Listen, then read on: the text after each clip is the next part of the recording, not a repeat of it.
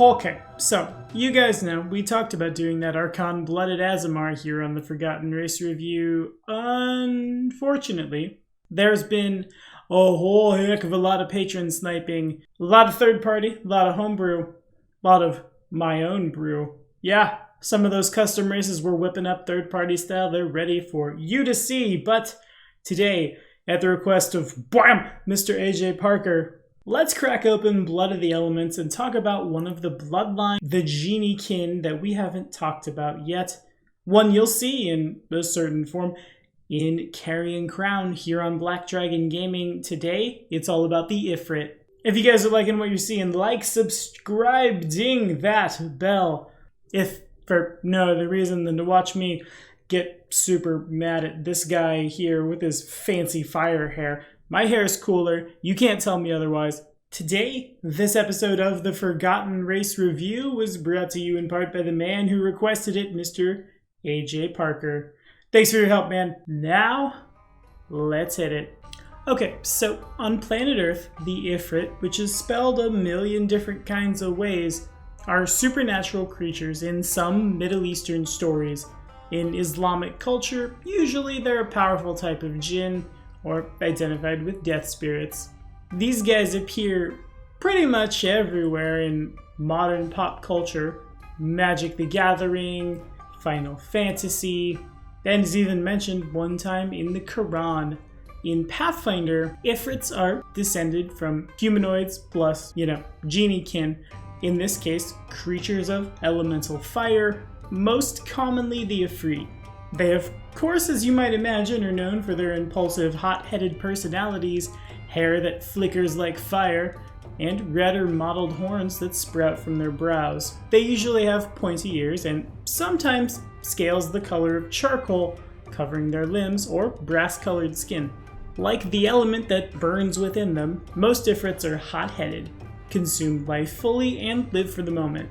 They often have difficulty adapting to cities due to their tempestuous personality and occasional pyromania, and tend to fit in better amongst tribal societies where they can easily rise high in the hierarchy due to their instinct to explore and conquer their surroundings. The most likely place to encounter one of these guys in Pathfinder, at least as far as the Inner Sea region goes, is Qadira, where people have been living alongside genies for thousands of years. Don't know what a Qadira is? Follow this card right up here, we'll teach you all about it. Because of their unusual appearance and power, the Ifrit are a popular commodity, of course, in the region's slave markets, which leads me to believe that said slave markets must be quite fireproof. In any case, the Ifrit comes of age at 60 years old. Though again, if your Ifrit sprung from some other mortal race, as they definitely can, these numbers all can vary. Males range in height from 5'4" to 6'6", weighing anywhere from 120 to 190 pounds. Females coming in 2 inches shorter on average and 20 pounds lighter. The maximum age for an Ifrit, like much of the races that, have some outsider in them, is 250 plus 6 percentage dice worth of years. Fun! Outlive all your friends, but don't succumb to the forlornness that the elves of Pathfinder do. It's weird that that's only an elf thing, also. I've never really thought to question that. All of the races that live longer than everyone around them probably should have some mental problems associated with, forlorn elves. Why is it just elves? Why can't we have forlorn Ifrits or dwarves? These are the questions we ask ourselves. Yeah, anyway, moving on. Looking at that character sheet, the Ifrit receives one of the most common stat arrays in all of Pathfinder, a +2 to dexterity and charisma with a -2 to wisdom. They're native outsiders, they're medium creatures, their base speed is 30 feet, they've got dark vision out to 60 feet, resist 5 points of fire, and can use Burning Hands once per day as a spell-like ability, with a caster level equal to the Ifrit's level, the DC being Charisma based. In addition, Ifrit sorcerers with the Elemental Fire bloodline treat their Charisma score as 2 points higher for all sorcerer spells and class abilities. Ifrit spellcasters with the fire domain use their domain powers and spells at +1 caster level. And yeah, that's it. That's what we're looking at here. This is one of those races that I kind of wish would see a little more love because the race is really cool. They certainly have a slew of alternate racial traits and a couple of alternate heritages, one of which we'll be seeing in Carrion Crown right here. Our Solar Ifrit Sorcerer. I hope Carrion Crown is fireproof. I'll be sure to pack my extinguishers. In any case, playing an Ifrit is a one-way ticket, if you're on Golarion, to playing in one of the most interesting realms in the Inner Sea, Qadira. And from Qadira, the entire Padishah Empire of Kalesh, the Middle East, basically.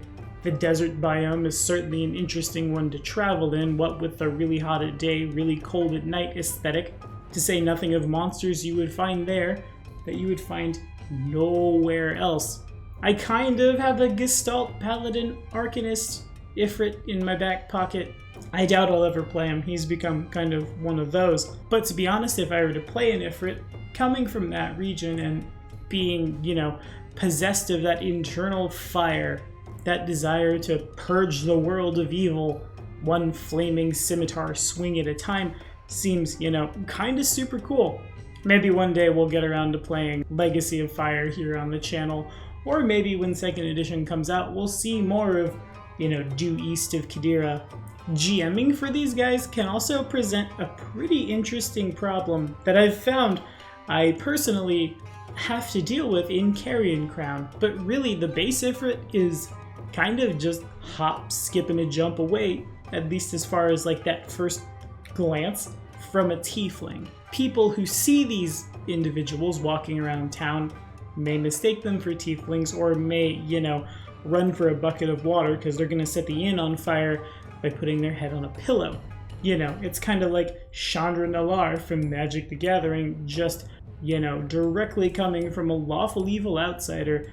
I suppose also GMing for this, and maybe this happens in Carrion Crown, I suppose we'll see, might be a one-way ticket to the plane of fire and all the, super hot things we can get up to there. But that's all we have to talk about today. What do you guys think about the Ifrit? Have we played him? Have we GM'd for him? Have we accidentally burned down a bar by just yawning and leaning our head back into the wall and everything's on fire? In the comments is where that goes. Next week on the Forgotten Race review, we're doing some homebrew. You guys like banshees? Yeah, we all like banshees, right? They're super scary. Ugh, go away, banshee. We're talking about stuff right now. Anyway, what if you could play in the same vein that a Danfir was touched by a vampire in their bloodline? What if you could play a descendant of a banshee? Yeah, we're going to figure out what that looks like next week. See you then.